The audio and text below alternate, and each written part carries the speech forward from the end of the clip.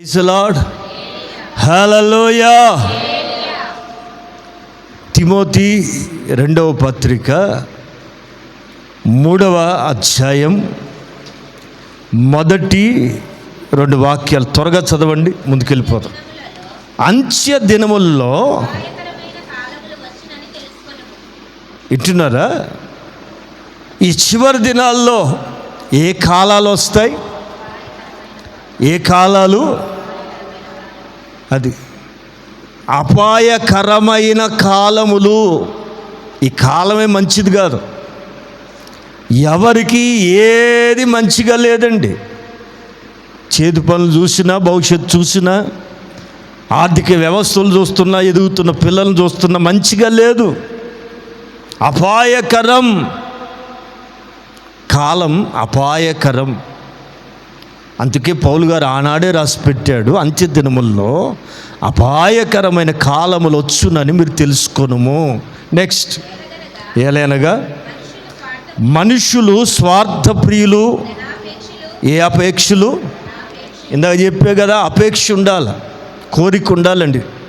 ధనాపేక్షలు, బెంకములాడువారు, అహంకారులు, దూషకులు, తల్లిదండ్రులకు అవిధేయులు, కృతజ్ఞత లేనివారు, అపవిత్రులు, అనురాగరహితులు, అతిద్వేషులు, అపవాదుకులు, అజితేంద్రియులు, క్రూరులు, సజ్జన ద్వేషులు, ద్రోహులు, మూర్ఖులు, గర్వాంధకారులుతో పాటుగా దేవుని కంటే, ఇది ఇక్కడి నుంచి తీసుకుందాం, దేవుని కంటే సుఖానుభవమునే ప్రేమించువారు.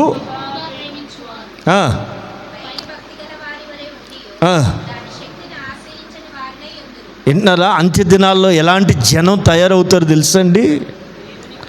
దేవుని కంటే సుఖానుభవం. ఒకప్పుడు రోళ్ళు రోకలు ఉండేవి, మీకు ఉన్నాయో లేవో, మాకు ఉండేవి. వాళ్ళకి అవే చిమ్ములు. విన్నారా? ఏంటది? రుబ్బురోలే పెద్ద చిమ్మండి. ఇప్పుడు పిల్లల్ని అడగండి, కాస్త మినపప్పు నానేవంటే ఎందుకు మమ్మీ? మిక్సీ, అమ్మ మిక్సీ, కష్టపడి మిక్సీ ఆన్ చేయాలా? నా వల్ల కాదు. ఏంటి ఆన్ చేయటమే? ఇలాంటి వాళ్ళకి రుబ్బురోలే కరెక్ట్ అండి బాబా, కదండి? ఆ రోజుల్లో అండి అంత కష్టపడి బట్టి అందరూ ఆరోగ్యంగా ఉన్నారండి. ఎంత సుఖం ఎక్కువైందో అన్ని జబ్బులు వచ్చినాయి లేవా అమ్మా? బట్టలు ఉతికేవాళ్ళు లేరు, దేవుని స్తోత్రం, మిషన్లు వచ్చి పడ్డాయి. ఈ మధ్య అంట్లు కూడా అమ్మా, మరి ఇంకేం చేస్తారు మీరు? అన్ని మిషన్లు చేస్తే మనం చేసుకునేది ఏంటి? అన్నీ రెడీగా ఉంటే తిని పెడతామండి కష్టపడి అనే జనం తయారైపోయారు. కష్టపడి తిని పెట్టేవాళ్ళు ఎక్కువైపోయారండి. అంటే ఇప్పుడు వాక్యం నెరవేరుతుందా లేదా చెప్పాలా? దేనికంటే అమ్మా, ఇక మీరు ఏ మందిరంలోకైనా వెళ్ళండి, కాసేపు ఒక అరగంట ఎక్కువ మెసేజ్ చెప్తే కనుక, పాస్టర్ గారు సారీ అండి, ఇక మేము ఇంకో మందిరం చూసుకుంటామండి. ఏది? కరెక్ట్గా అరగంట చాలు. ఎందుకండి అరగంట చాలండి బాబా అనేవాళ్ళు ఎక్కువైపోయారండి. దేవుని కంటే వాళ్ళకి ఏ అనుభవం కావాలి? వాళ్ళకి ఇంటికి వెళ్ళిపోయి ఏం చేస్తావు బాబు? ఇక్కడ వాక్యం ఇంటికి వెళ్ళండి, వేడివేడి తినేసండి, మంచం ఎక్కాలండి. 6 రోజులు ఎక్కింది చాలేదా బాబా? 7వ రోజున కాస్త సన్నిధిలో గడపవచ్చు కదా? లేదండి, నడువులు పీకేస్తాను. ఏది వచ్చిందే అరగంట క్రితం. ప్రియులారా, ఈ రోజునండి ఆరోగ్యం బాగోపోతే అది వేరే సంగతి. ముళ్ళ మీద కూర్చున్నట్టు కూర్చుంటారే, మీరు కాదు, లోకంలో అనేక మంది సంగతి చెప్తున్నా. సన్నిధిని ప్రేమిస్తే మీకు ఆశీర్వాదం. ఈ పూట మంచి విషయం మీతో పంచుకుంటాను, బాగా ఆలకించాను. ఈ అంత్య దినాల్లో అపాయకరమైన కాలంలో ఒక జనం తయారవుతారు లోకంలో. ఏ జనం వాళ్ళు? దేవుని కంటే సుఖానుభవాన్ని ప్రేమించేవారు. ఏంటారు ఈ లక్షణం? ఎలాగుంటుంది తెలుసా? పైకి భక్తికి ఏం తక్కువ కాదు. పైకి భక్తి కలిగిన వారి వలె ఉండి ఏంటారా? ఆశ్రయించని వారై. ఆమె ఇట్టి వారికి తిమోతి నువ్వు దూరంగా వెళ్ళిపో. ఇట్టి వారికి నీవు విముఖుడవై ఉండుము. పౌలు గారు తన ఆత్మీయ కుమార్తెతో చెప్తున్నారు. ఏమని?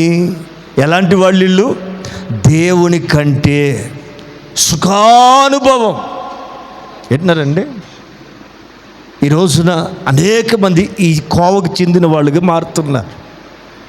సేవకులు కానీ విశ్వాసులు కానీ కష్టపడే మనసు ఉందా అంటే భూతత్వం పట్టుకుని భూతలం అంతా ఎతికినా ఏదో కొద్దిమందే కనపడుతున్నారండి. దేవుని కొరకు కానీ, దేవుని వాక్యం కొరకు కానీ, సేవ కొరకు కానీ కొంచెం నడుం కట్టుకునే వాళ్ళు ఉన్నారా అంటే అరుదైపోతున్న దౌర్భాగ్య పరిస్థితులే. దేవుని కంటే, దాన్ని ఇలా రివర్స్ చేసి చెప్తారు, దేవుని కంటే ఏది మనకి ఎక్కువ కాదు. చెప్పండి ఆమేన్, హల్లెలూయా. దేవుని కంటే, అబ్రహామా నీకు ఒకగానొక కొడుకునిచ్చా, ఆడి నీకు ఇప్పుడు బంగారం కంటే ఎక్కువ.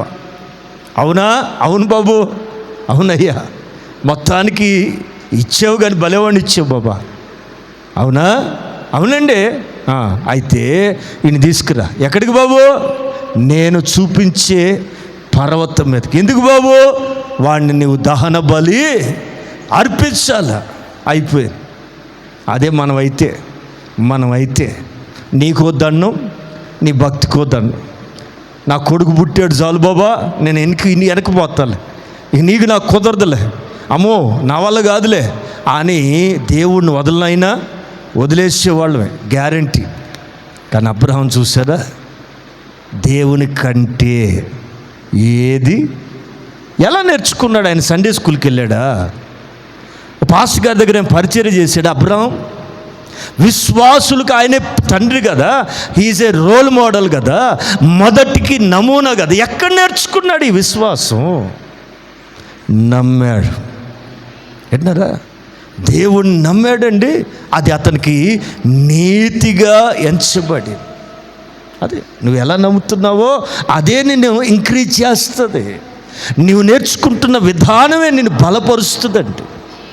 దేవుని పిల్లలారా, అంచె దినాల్లో ఉన్నాం, అపాయకరమైన కాలాల్లో ఉన్నాం. ఏంటన్నారా? అందరూ ఇక ఈ లిస్టులో అందరూ ఉన్నారు ఇప్పుడు. ఏంటన్నారా? తల్లిదండ్రులకి అవిధేయులు, అనురాగరహితులు, సజ్జన ద్వేషులు, ఇదో గుంపు తయారయ్యారు ఈ మధ్య. ఏంటన్నారా? సజ్జనుడుగా మారితే నేను ద్వేషిస్తారు. తాగుబోతాను మానేసి ప్రభు నమ్ముకుంటే దిగేవా అన్నారు. ఏమిరా నీ బాధ? తాగుబోతుగా రోడ్డు మీద పడి ఉన్నాళ్ళు ఎవడు పట్టించుకోలేదే, శుభ్రంగా మంచి బట్టలు వేసుకుని దేవుని సన్నిధికి వెళ్ళి వాక్యం వింటానంటే మీ బాధ ఏంటి? దిగావా అంటారే. దిగితే నీకు వచ్చిన నష్టం ఏంటి? అమ్మో మారిపోతుంది. దేశాన్ని భ్రష్టు పట్టిస్తుంటే లేని నష్టం. సజ్జనుడిగా మారితే ఈ రోజున లోకమంతా కూడే ఏమనుగు వస్తుంది? దిగిపోతున్నారు, మారిపోతున్నారు. నువ్వు మార్చుకో ప్రియులారా. సజ్జన ద్వేషులు, ఓకే, ఈ కేటగిరీ అంతా మన కళ్ళ ముందు కనబడుతున్నారు. నేను చెప్పొచ్చే మాట ఏంటంటే, ఈ చివరి దినాల్లో దేవుని కంటే దేన్ని ప్రేమించే వాళ్ళు ఎక్కువైపోతారట? సుఖానుభవమును ప్రేమించువారు ఎక్కువ అవుతారు. రెండవది, పైకి భక్తి కలిగిన వారి వలె ఉండి చెప్పాలా భక్తిలో ఏముందండి?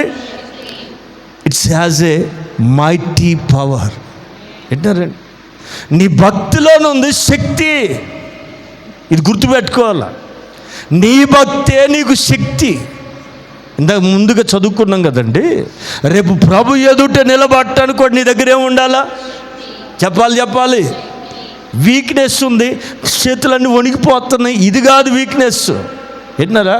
నువ్వు నిలబడాలి. దేవుని ఎదుట నిలబడాలంటే నీ దగ్గర ఒక ఆధ్యాత్మికమైన పర సంబంధమైన శక్తి చేత నీవు నిండుకోవాలి. ఎట్లా? దేవుని శక్తి నీలోకి రావాలంటే ఏం చేయాలి? ఎలా? 3 మాటలు చెప్పి ముగిస్తాను. శ్రద్ధగా వాక్యం వినండి. Praise lord. హల్లెలూయా. దేవుని పిల్లలారా, దైవజనుడు తన ఆత్మీయ కుమారుడితో చెప్తున్నాడు, ఒరే బాబు, ఈ అంచె దినాల్లో పైకి భక్తి కలిగిన వారి వల్లే ఉంటారు, కానీ లోపల ఏముండదు, వాళ్ళకి శక్తి లేని వారై ఉంటారు. అది అలాంటి వాళ్ళకి నువ్వేం కావాలి? విముఖుడవై ఉండుము, దూరం వెళ్ళిపో, అలాంటి వాళ్ళతో కలవకు. రైట్. ఇంకొక మాట 14-15 వాక్యాలు చూద్దాం.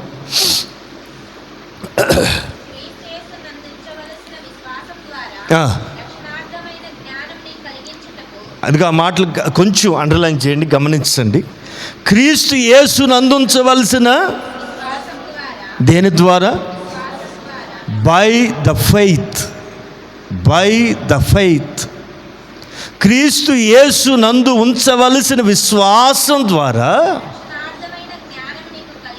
తల్ల పైకెత్తాలి. రక్షణ పొంది 5 ఏళ్ళు దాటినోళ్ళు చేతులు ఎత్తండి. నేను రక్షించబడి 5 ఏళ్ళు దాటినోడు లెక్కలు రావా? 10 ఏళ్ళు దాటినోళ్ళు ఎత్తండి. వాళ్ళే కనపడుతున్నారేంటి? 10 సంవత్సరాలు దాటినోళ్ళు అండి.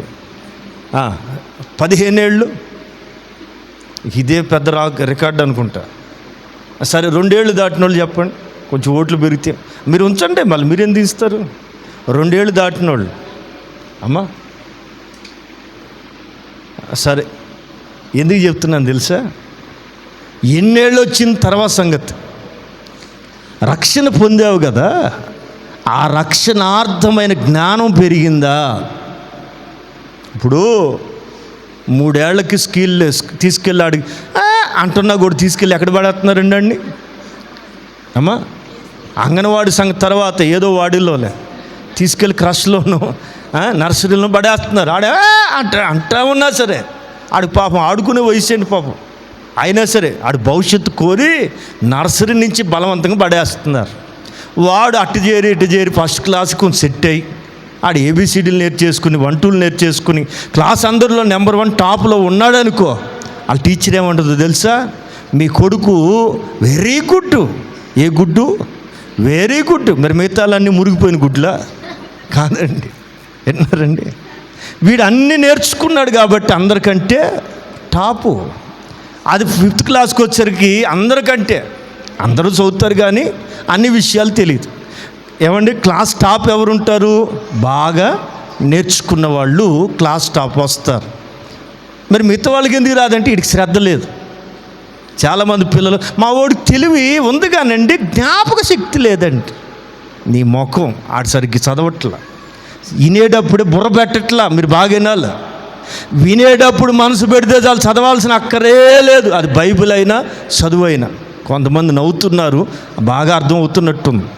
స్తోత్రం, హల్లెలూయా. ఎప్పుడండి?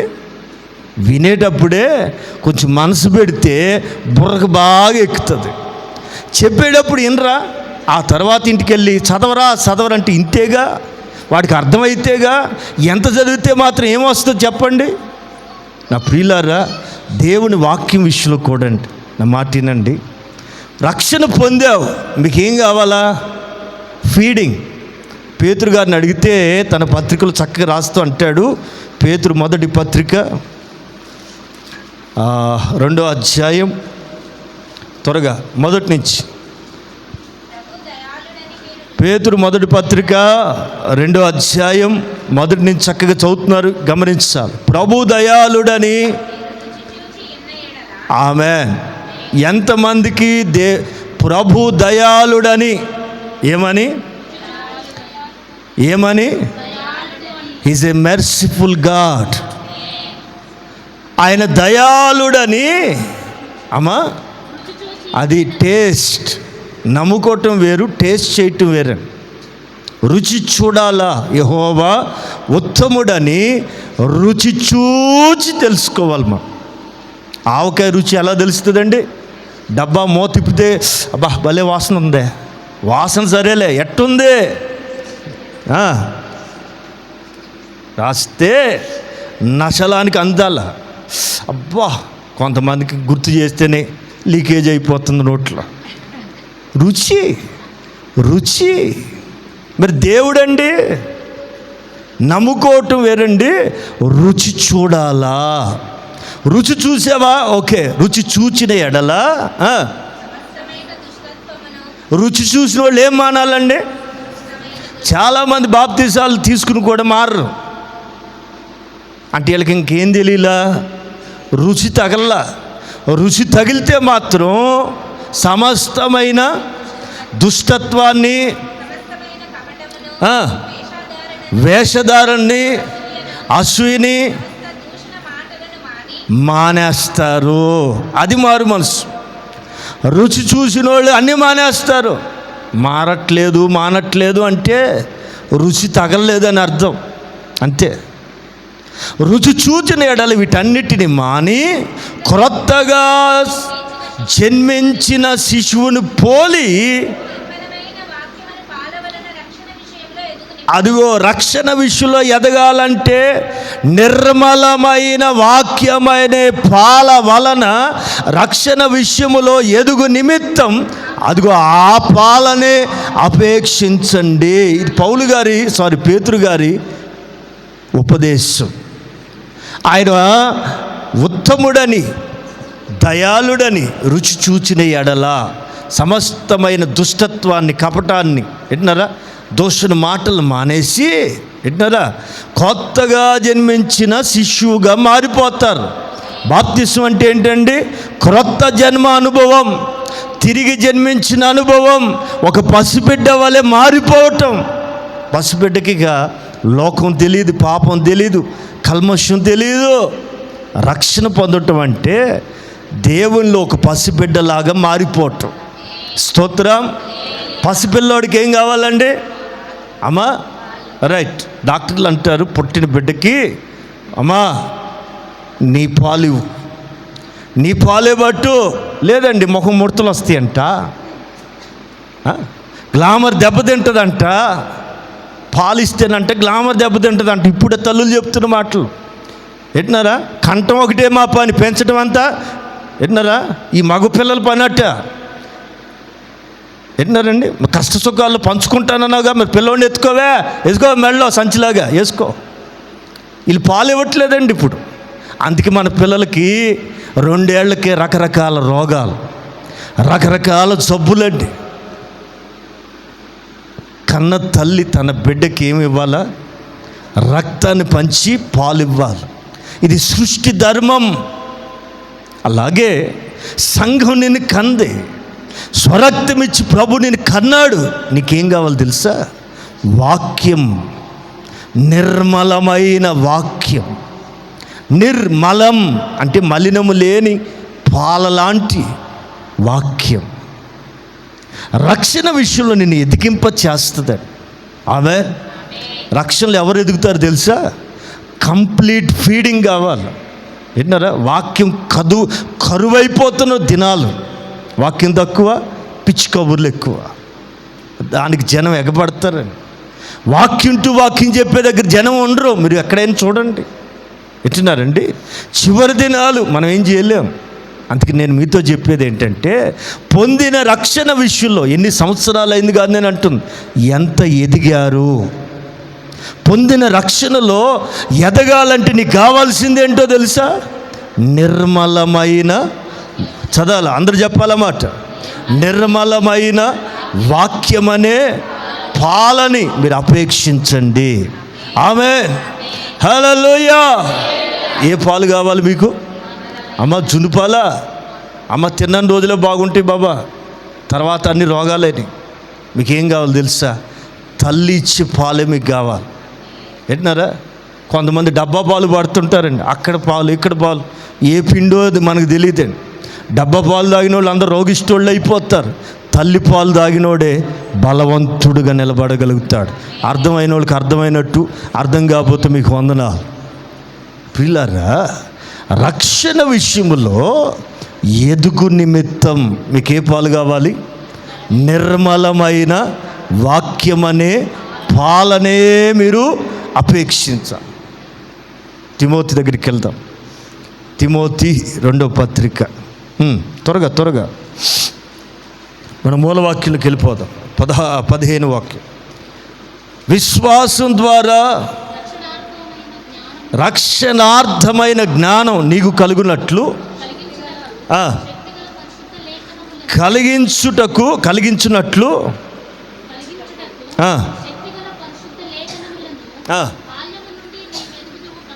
ఎరుగుదువు. ఎప్పటి నుంచట తిమోతి ఎరిగింది? By childhood.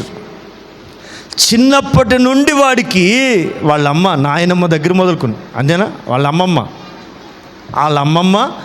అమ్మ ఏంటారండి అంటే బిఫోర్ పౌలు గారు ఆయన ఇంటికి వెళ్ళక ముందు నుంచే వీళ్ళు వాక్యం ఎరిగిన వాళ్ళు. అర్థమవుతుంది? పౌలు గారు వాళ్ళ ఇంటికి వెళ్ళేసరికి వీళ్ళు క్రైస్తవ కుటుంబం, యెహోవా తండ్రిని ఎరిగిన వాళ్ళు. ఎప్పుడైతే యేసు ప్రభు యొక్క సువార్త విన్నారో అంగీకరించారు. ఈ వాక్యము వాళ్ళ అమ్మలోను తరువాత 3 తరాలు వాక్యాన్ని కలిగిన కుటుంబం తిమోతి కుటుంబం. వింటున్నారండి? నీ ఇంట్లో బంగారు ఉంటే కరిగిపోతుంది, డబ్బులుంటే ఖర్చు అయిపోతుంది, కానీ వాక్యం అనే సంపద కానీ నీ పిల్లలు పెట్టగలిగితే అది అంతకంతకు పెరిగితే కానీ తరగదో. నా ప్రియులారా, వాక్యాన్ని ఒక ఆస్తిగా ఇవ్వండి, వాక్యమే స్థిరాస్తిగా ఉండనివ్వండి.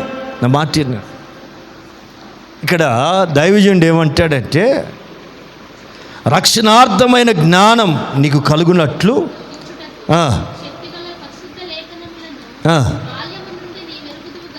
నువ్వు చిన్నప్పటి నుంచి ఏం ఎరిగి ఉన్నావు? శక్తి కలిగిన లేఖనములు. అది మన టాపిక్. ఓకే, శక్తి కలిగిన లేఖనములు బాల్యం నుండి నువ్వు ఎరుగుదువు. ఆమె రైట్. కొంచెం కిందకి వెళ్ళండి. దైవజనుడు అక్కడికి వెళ్ళము, చదువుమా.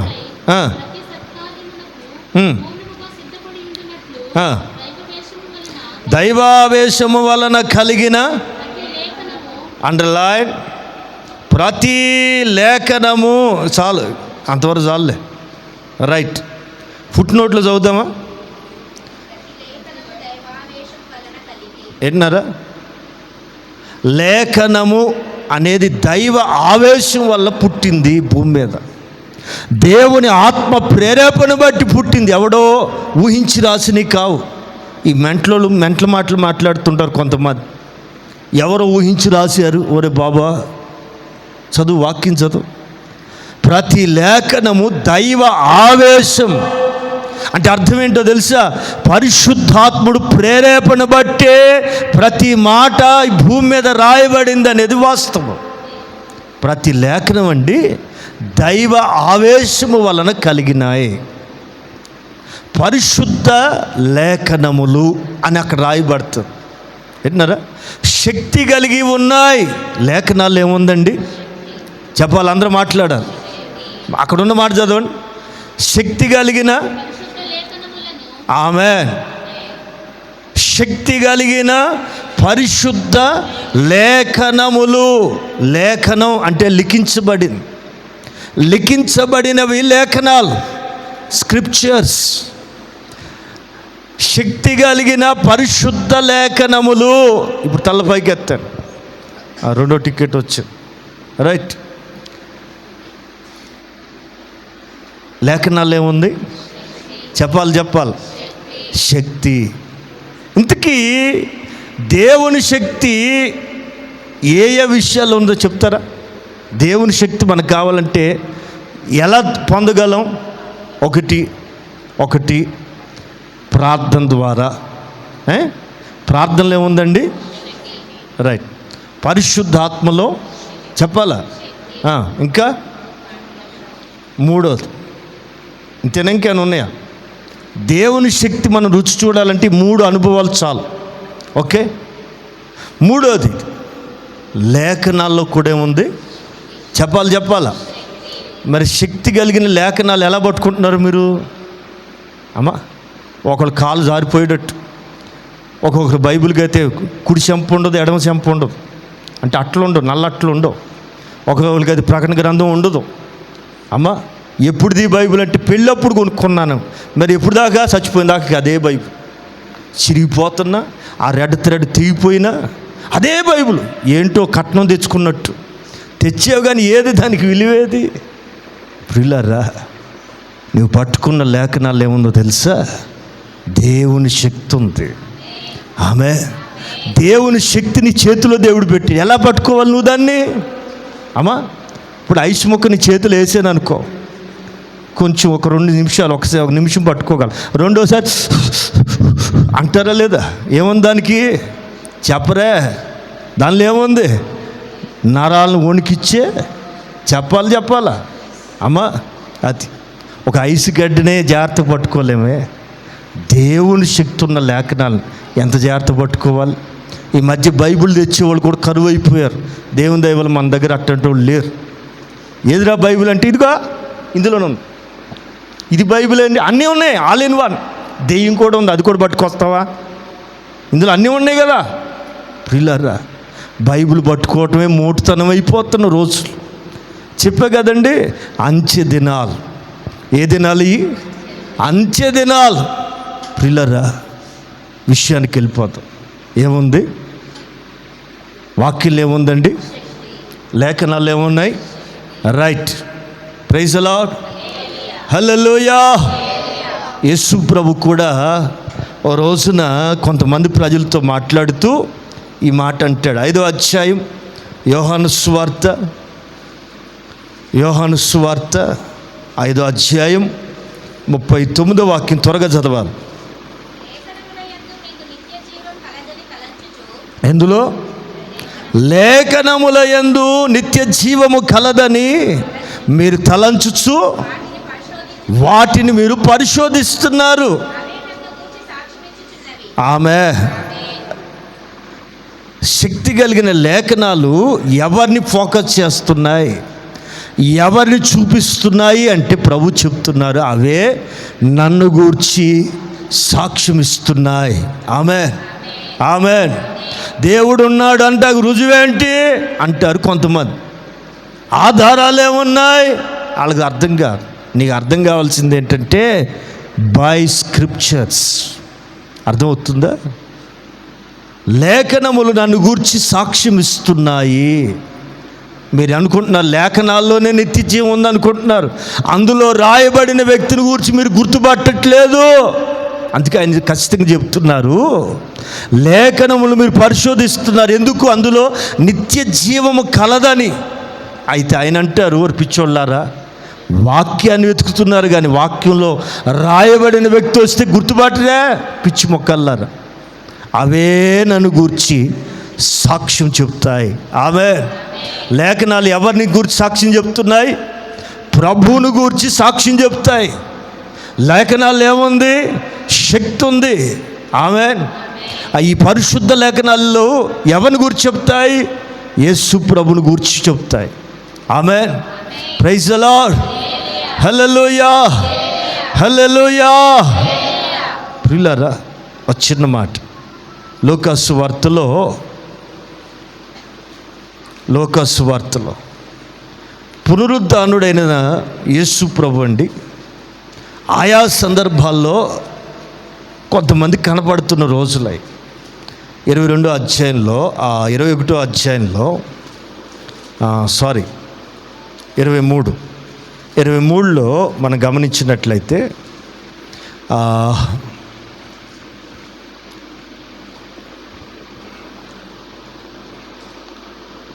24వ అధ్యాయం 27వ వాక్యం చదువుతారా?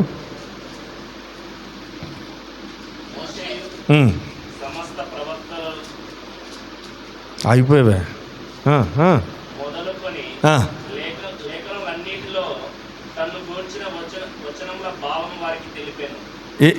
నాన్న 23 చదువు. కొందరు ఆడవాళ్ళు వచ్చండి ఈ మగ మహారాజులకు వచ్చేవారు చెప్పారు, అయ్యలారా పునరుద్ధానుడైన యేసు ప్రభుని మేము చూసామని ఆడవాళ్ళు వచ్చి చెప్పారు. ఎవరికి? శిష్యులకండి. ఎవరు వీళ్ళు? శిష్యులకి ఎవరు చెప్పారు? ఒక ఆడవాళ్ళు వచ్చి పునరుద్ధానుడైన యేసుని గురించిన సమాచారం చెప్పారు. ఆ సంగతి యేసు ప్రభుతో నవ్వుకుంటూ చెప్తున్నారు, అయ్యా ఈ ఆడవాళ్ళకి ఏం పని పాటలేరు, ఎవరు చూసారో ఏంటో మాకొచ్చి ఏం చెప్తున్నారు తెలుసా? మేము చదవాలా? ఆ, తమకు కనపడి ఆ, ఆయన బ్రతికున్నాడని చెప్పినని మాతో చెప్పి ఆ. మాకు విస్మయం కలగజేసిరి. వీళ్ళు చూసారు ఎలాంటి పిచ్చి మాటలు చెప్తున్నారు. మాకు విస్మయం కలుగజేశారు అంటారు. వింటున్నారా? యేసు ప్రభుతోటి చమత్కారాలు ఆడుతున్నారండి ఈ శిష్యులు. మాకు దేవదూతలు చెప్పారు ఆయన తిరిగి లేచాడని సంగతి చెప్పి మాకు విస్మయము కలుగజేసిరి. అబ్బా ఎంత మనగాళ్ళు వీళ్ళు. మాతో కూడా ఉన్న వారిలో కొందరు సమాధి యొద్దకు వెళ్ళి అదిగో ఆడోళ్ళ మాటిని మాలో కొంతమంది పరిగెత్తారు మనగాళ్ళు.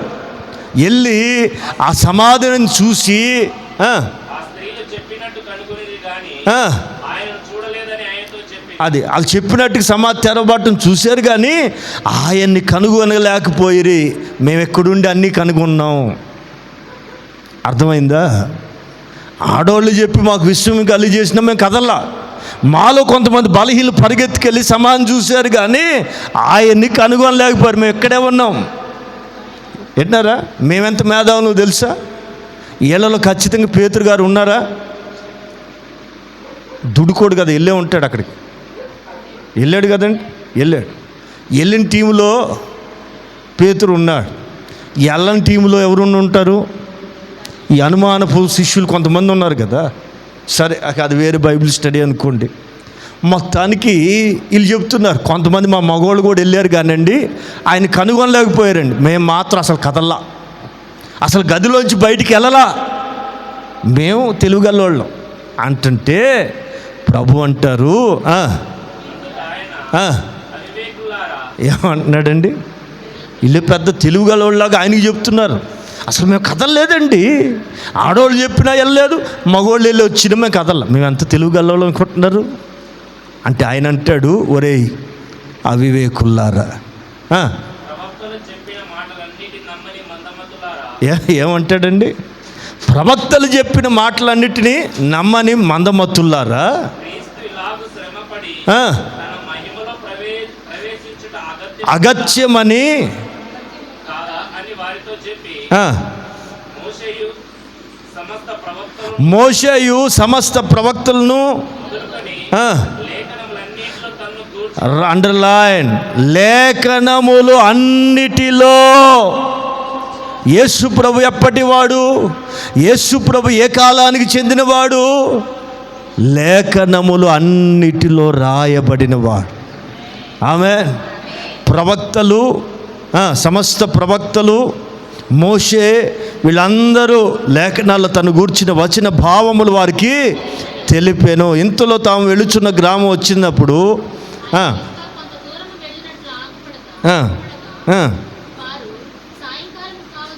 సరే స్టోరీ అంతా తెలుసు కదా. వాళ్ళకి రొట్టెలు పంచాడు. రొట్టెలు విరిచి ప్రార్థన చేసి పంచితే వాళ్ళ కన్నులు తెరవబడ్డాయి. 30 వాక్యం ఇచ్చి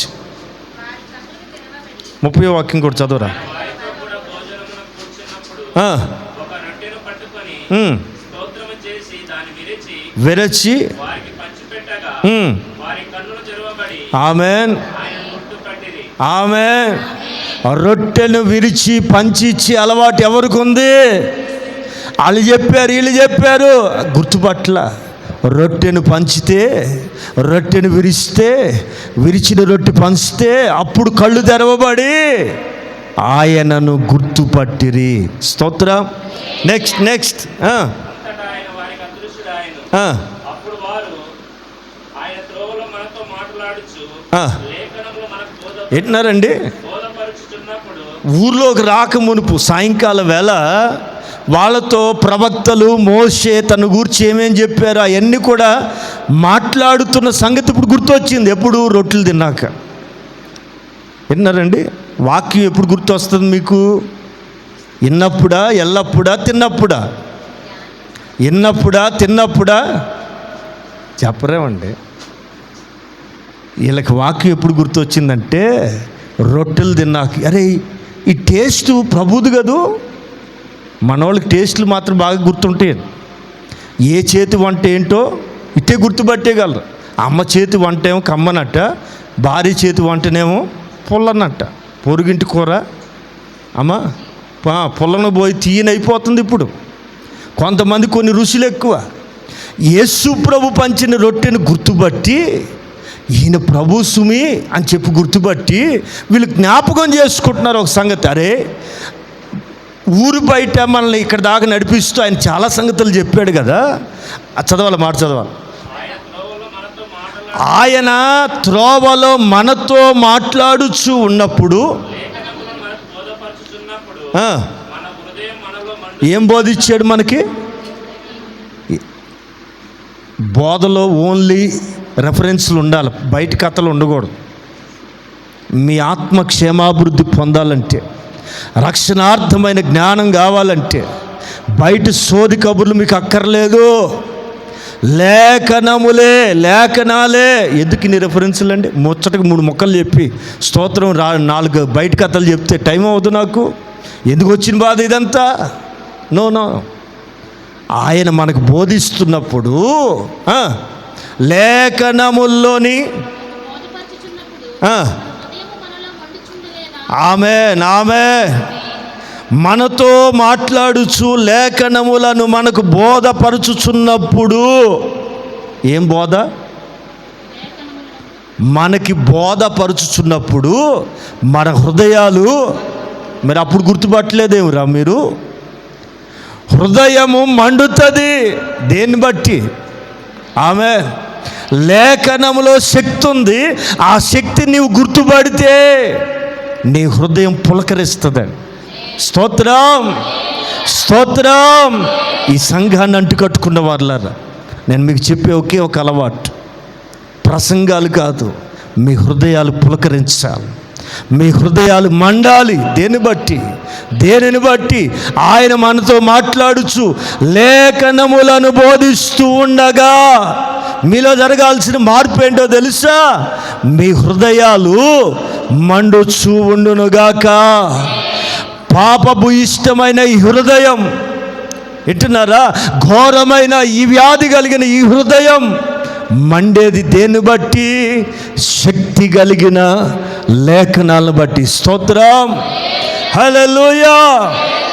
నా దేవుని ప్రజలారా, ఇదే పత్రికలో తిమోతి పత్రికలు అంటారు, దురద చెవులు కలిగిన వాడు. జనం ఎలా తయారైపోతారు? తమ స్వకీయ దురాశలు అనుసరించి తమకు అనుకూలమైన బోధకులు వాళ్ళు చివరి దినాల్లో వాళ్ళు ఏర్పాటు చేసుకుంటారు, పోగేసుకుంటారట.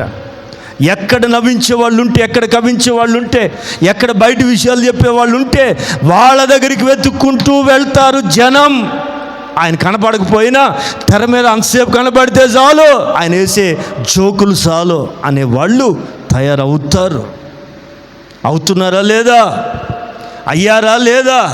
అందుకని సరే, వాళ్ళ సంగతి మనకెందుకు, కానీ మీ సంగతి చెప్తేనా, మీకు ఆయన పరిశుద్ధ శక్తి కలిగిన లేఖనాలు బోధిస్తూ ఉండగా మీకు ఇక్కడ ఒక అనుభవం రావాలి.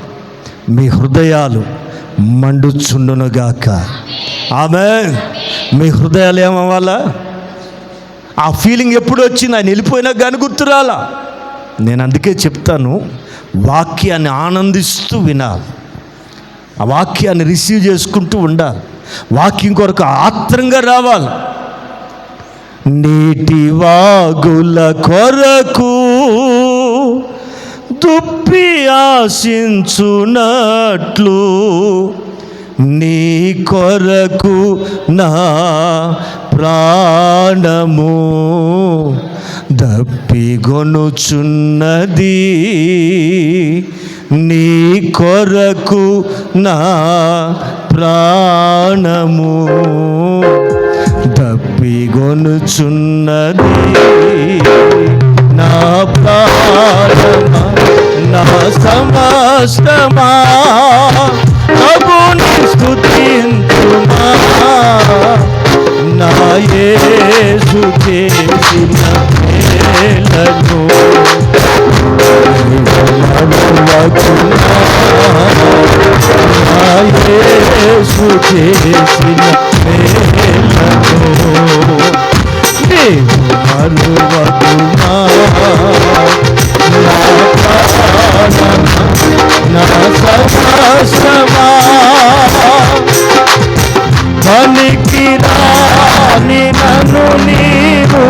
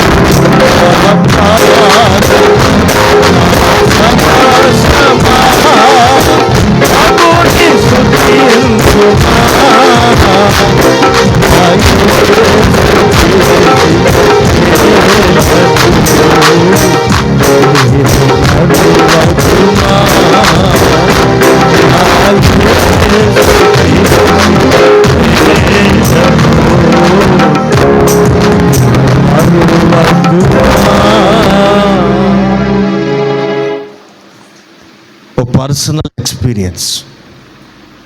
మీరు సన్నిధిలో కూర్చున్నప్పుడు ఆయన పరిశుద్ధ లేఖనాలు మీతో మాట్లాడుతూ ఉండగా మీ గుండెలు మండాలంటే ఇది మీ వ్యక్తిగత అనుభవంగా మారునుగాక. ఆమేన్, ఆమేన్. ద్వితీయోపదేశ కాండం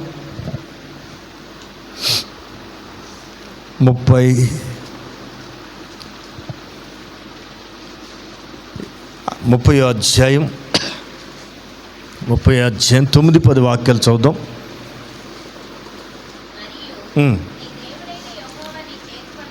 నీ చేతి పనులన్నిటిలో నీ గర్భఫల విషయములో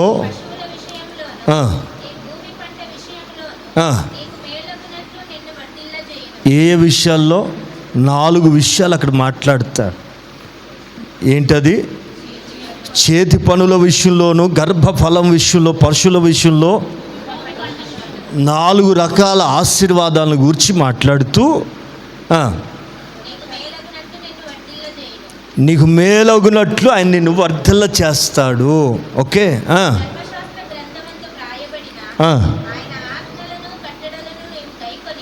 ఈ ధర్మశాస్త్రమందు రాయబడిన, లిఖించబడిన ఆజ్ఞల్ని, కట్టడలన్నిటిని నీవు గైకొని. విన్నారా? చాలామందికి అన్నీ అర్థమవుతాయి కానీ వాక్యం అర్థం కాదేంటో. ఏదైనా వింటాం కానీ వాక్యం వినాలంటే లేదా చదవాలంటే మహాబాధ. ప్రియులారా, నా మాటినని గైకొని, లిఖించబడిన ఆజ్ఞల్ని, కట్టడల్ని గైకొని గ్రహించాలి. To observing. ఎట్టినారండి?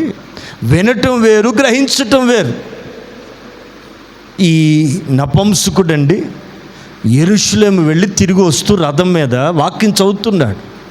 యెషయా గ్రంథాన్ని చదువుతుండగా ఫిలిప్పు పరిగెత్తుతూ, రథంతో పాటు పరిగెత్తుతూ, అయ్యా నీవు లేఖనాలు చదువుతున్నావు కానీ గ్రహిస్తున్నావా అంటాడు.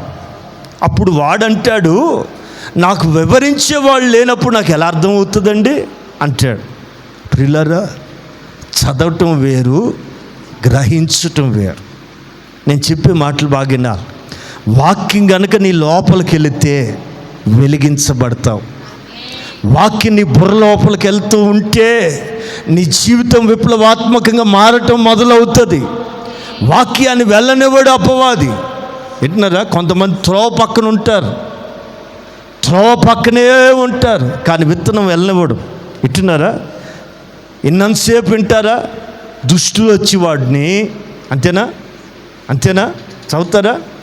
13వ అధ్యాయం మత్తయి వివరణలోకి వెళ్ళిపోదాం.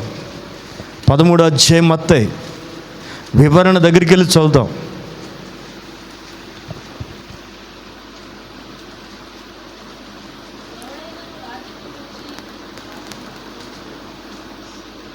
అదే 19, అదే విత్తువా. ఎవడ 19 చదువుమా. ఎవడైనా రాజ్యమును గూర్చిన వాక్యమును విని ఏమవుతే, వినేవాళ్ళుగా కాదండి, నా బాధ అంతా అదే, గ్రహించాలి. అర్థమవుతుందండి? ఏం చేయాలి? మీరు గ్రహించాలి. గ్రహింపక ఉంటే ఎవరు వస్తారు? చెప్పాలా? వినటం మంచిదే.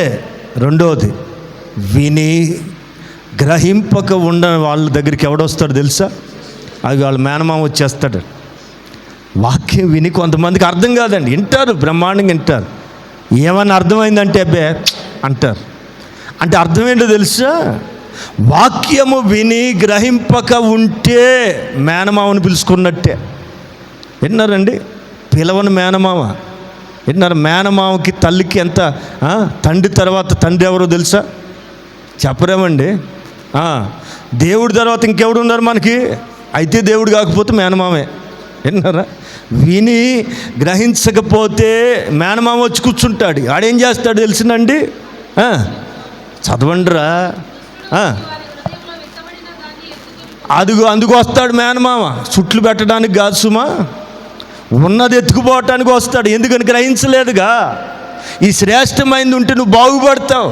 ఈ శ్రేష్టమైనది పరిశుద్ధ లేఖనాలు, దేవుని శక్తి కలిగిన నీ దగ్గర ఉంటే నువ్వు ఎక్కడ బాగుపడతావో అని లోపలికి వెళ్ళని వాటిని అన్నిటినీ ఎత్తుకెళ్ళిపోతాడట. అర్థమవుతుందండి?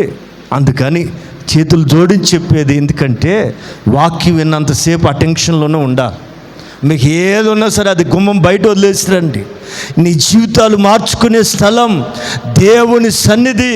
ఎట్టున్నారా? వాక్యం అనే ఉపదేశము చేత, ఉదక స్నానము చేత రాకడ వరకు నిన్ను సిద్ధపరిచే స్థలం దేవుని మందిరం అంటే. అందుకని నా మాట వినాలి. లేఖనముల యందు శక్తి ఉంది. ఆమేన్.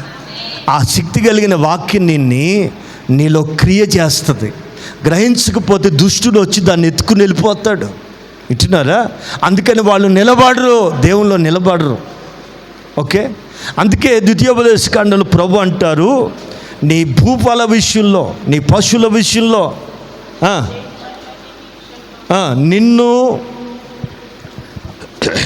నిన్ను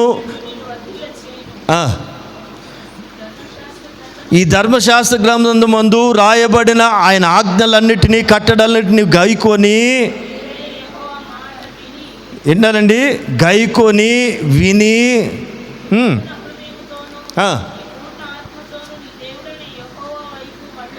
మల్లుము.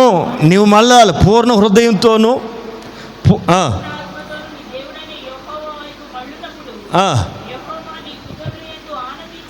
నీవు మళ్ళితే, తిరిగితే దేవుని వైపు, యెహోవా నీ పితరుల యందు ఆనందించినట్లు నీకు మేలు చేయుటకు నీ యందు ఆనందించి, నీ వైపు నీకు మేలు చేయుటకు నీ యందు ఆనందించి, ఏం చేస్తే? గ్రహించి విని ఆయన వైపు మళ్ళితే. ఆమె మళ్ళాలి, పశువులు మళ్ళించినట్లుగా మళ్ళాలి. దారి తొలగిపోకుండా తిరగాలి. టర్న్. నువ్వు తిరిగితే దేవుడు నీ వైపు తిరుగుతాడట. ఆమె ఎందుకు? నీ పితరుల యందు ఆనందించి వారిని దీవించినట్లుగా నీ యందు కూడా ఆనందించి నీకు మేలు చేయుటకు నీ వైపు మళ్ళుతాడు. ఏం చేస్తే? రాయబడిన లేఖనాల్ని విని గ్రహించి. ఎట్టున్నారండి? ఆయన వైపు పూర్ణ ఆత్మతో, పూర్ణ హృదయంతో ఆయన వైపు మళ్ళితే. ఈ పూర్ణ ఆత్మ, పూర్ణ హృదయం అనే మాట పాత నిబంధనలో చాలాసార్లు కనపడుతుంది. క్రొత్త నిబంధనలో కూడా రెండే ఆజ్ఞలు. నీ దేవుణ్ణి నువ్వు ప్రేమించాలా, నిన్ను వలె నీ పొరుగువాన్ని. ఈ పూర్ణ ఆత్మ, పూర్ణ హృదయం, పూర్ణ వివేకం అనే పదం చాలా చోట్ల కనబడుతుంది. అంటే it is more important. Amen. Right, విషయానికి వచ్చేస్తా, ముగిస్తా. రైట్, మళ్ళితే, వింటున్నారా? గ్రహిస్తే నీ వైపు ఆయన నీ యందు ఆనందించి నీకు మేలు చేయటానికట నీ వైపు మళ్ళుతాడట. శక్తి కలిగిన లేఖను నీ లోపలికి వెళితే హృదయం మండటమే కాదు, నీకు మేలు జరుగుతుంది. మేలు చేయుటకు ఆయన ఆనందించే దేవుడు. పితరులకు చేసినట్లుగా నీకు కూడా మేలు చేయుటకు ఆయన ఆనందపడతాడట. ఏం చేస్తే? లేఖనాలు విని గ్రహిస్తే. ఆమెన్. ఒకసారి అండి, చచ్చిపోయిన వాళ్ళు లేవరు అనే ముఠా ఒకటి ఉంది. చచ్చిపోయిన వాళ్ళకి లేవరు అనే ఒక ముఠా ఉంది. ఆ ముఠా యేసు ప్రభు దగ్గరికి వచ్చి, ఏమయ్యా చచ్చిపోయిన వాళ్ళు లేస్తారంటావు? ఎలా లేస్తారండి? మా ఊర్లో ఒక ఆవిడ ఉంది, ఆయన భర్త చనిపోగానే ఆ ఇంటోడు చేసుకున్నాడు. అలాగే 7 అన్నదమ్ములు 7 చేసుకున్నారు. వాళ్ళు 7 చచ్చారు. మరి ఏం జబ్బు వచ్చిందో చివరికి ఆ అమ్మాయి కూడా చచ్చిపోయింది. రేపు నువ్వు చెప్తున్నట్టుగా లేస్తే, మత్తయి సువార్త 10వ అధ్యాయం, 22వ అధ్యాయం, మత్తయి సువార్త 22, త్వరగా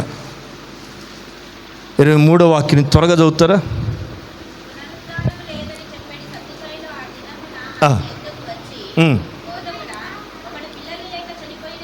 అమ్మా 27 నుంచి చదివే.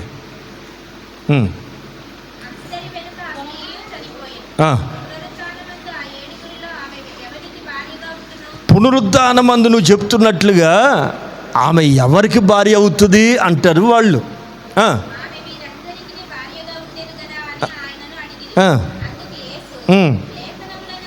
అండర్లైన్.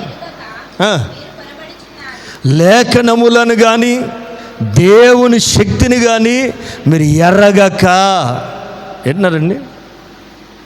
కొంతమంది అండి ఆశ వచ్చినాకే ఎవడు చూశాడు, అందుకే ఓపుకుండగానే, డబ్బులు ఉండగా, ఆయుష్ ఉండగానే తినుము, తాగుము, సుఖించు, రికార్డ్ డ్యాన్సులు అయ్యి. ఇప్పటికి రికార్డ్ డ్యాన్సులు వేసి కొంతమంది ఉన్నారండి. అప్పుడెప్పుడో పిచ్చి రోజులు వేసేవాళ్ళు నాకు తెలిసి. ఇప్పటికీ ఉన్నారండి కొంతమంది. అంటే దెయ్యం మారలా, ట్రెండ్ మారుతుంది, కాలం మారుతుంది, దెయ్యం మారట్లా. దెయ్యమే ఎట్టున్నారండి. ఆ దెయ్యంలోంచి విడిపించబడిన వాళ్ళందరిని బట్టి దేవునికి మహిమ కలుగునుగాక. హల్లెలూయా. దేవుని పిల్లలారా, కొంతమంది ఉన్నారు.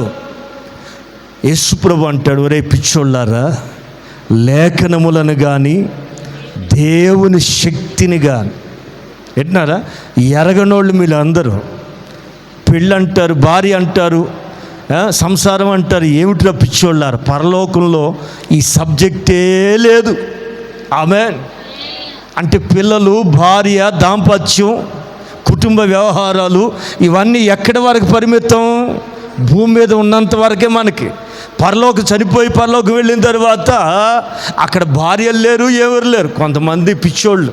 అక్కడ రంభ ఉంది, డ్యాన్సులు ఆడుతుంది, అక్కడ పోయినా కూడా ఇదే గోల, అక్కడ పోయినా కూడా ఇదే తంత అండి. ప్రియులారా, వాక్యం అలా చెప్తలేదు. అక్కడ దేవదూతలను పోలి. ఆమేన్. స్వయంగా ఎవరు చెప్తున్నారు? యేసు ప్రభువే చెప్తున్నారు. ఆమేన్. చదవాలి, మాట చదవాలి. లేఖనములు కానీ దేవుని శక్తిని కానీ ఎరగక మీరు పొరబడుచున్నారు. ఆమేన్. దూతల వలె. ఆమేన్. ఆమేన్. దూతలకి లింగ భేదం లేదండి. అందుకే ఇక్కడ స్త్రీ అని కానీ పురుషుడు అని భేదం లేదు. మనం అందరం కూడా దూతలను పోలి మారిపోతాం. ఆమె స్తోత్రం. ఇక అప్పుడు ఆడేంటి, మగేంటి, ఎవడ భార్య అయితే ఏంటి? ప్రియులార, విషయం ఏంటంటే లేఖనములు ఎరిగి ఉంటే పునరుద్ధానాన్ని గూర్చిన జ్ఞానం నీకు వస్తుంది. రక్షణను గూర్చిన జ్ఞానమే కాదండి, నీవు చనిపోయిన తర్వాత ఏమవుతావు, ఎక్కడుంటావు, ఎలా తీర్పు తీర్చబడతావో ఇవన్నీ కూడా నేర్పించేదేంటి? లేఖనమే. లేఖనమే. అందుకే కీర్తనకాడు మొదటి కీర్తనలోనే అంటాడు, ఏమని? దుష్టుల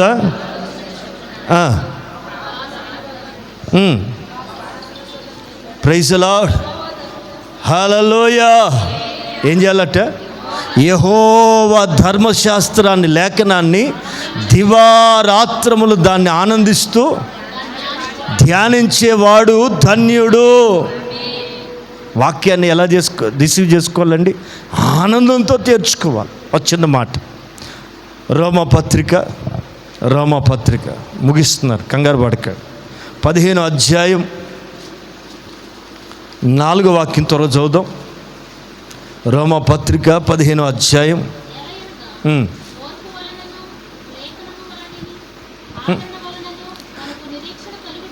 చాలండి, మళ్ళా చదువు. ఏలైనగా ఏముండాలి మనకి? ఓర్పు. రెండవది లేఖనముల వలన. లేఖనాల వలన నీకేం కలుగుతుంది? రక్షణార్థమైన జ్ఞానమే కాదు, హృదయము మండించటమే కాదు, లేఖనాల్లో శక్తి ఎలాంటిదంటే నీకు ఆదరణ. మీరు గమనించారో లేదో, ఒక్కొక్కసారి ఎంతో బాధతో ఉన్నప్పుడు వాక్యం చదువుతుంటే నీ కొరకే ఆ మాట తెరవబడినట్టు, నీ కొరకే దేవుడు మాట్లాడినట్టు, నీతోనే ముచ్చటిచ్చినట్టుగా అనిపించిందా లేదా? అనిపించిందా లేదండి? అంటే దాని అర్థం ఏంటి? ఈ శక్తి కలిగిన లేఖనాలు ఏ బాధలో ఉన్నా, ఏ సమయంలో ఉన్నా నిన్ను ఆదరించగలిగిందండి. లేఖనాల్లో ఉన్న శక్తి ఎలాంటిదంటే ఏమండి, మండించేది మాత్రమే కాదు, నిన్ను ఆశీర్వదించేదే కాదు. దివారాత్ర ధ్యానిస్తున్న వాని వ్యక్తికి, వాడు నీటి కాలువలో ఎవరున్న వ్యక్తిని పచ్చగా మార్చడమే కాదు, అతడు చేసేదంత సఫలమవుటే కాదు, ఓ విలువైన అనుభవం, విలువైన సంగతి ఏంటంటే నీకు ఆదరణ కలిగించేది కూడా లేఖనాలే.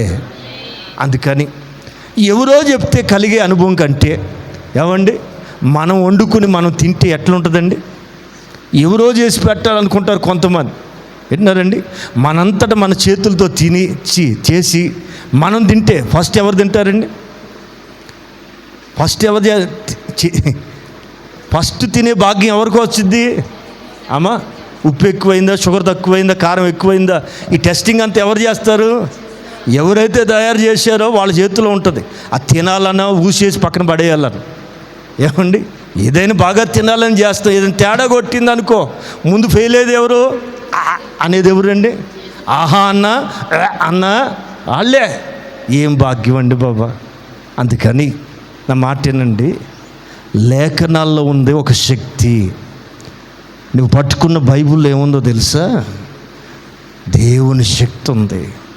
దేవుని శక్తి కలిగిన లేఖను నీ చేతిలో పెట్టుకుని ఆడు దీవించాలి, ఈడు దీవించాలి, అది కట్టుకుంటే దీవెన, ఇది కట్టుకుంటే దీవెన, గుమ్మం అడి జరిపితే దీవెన.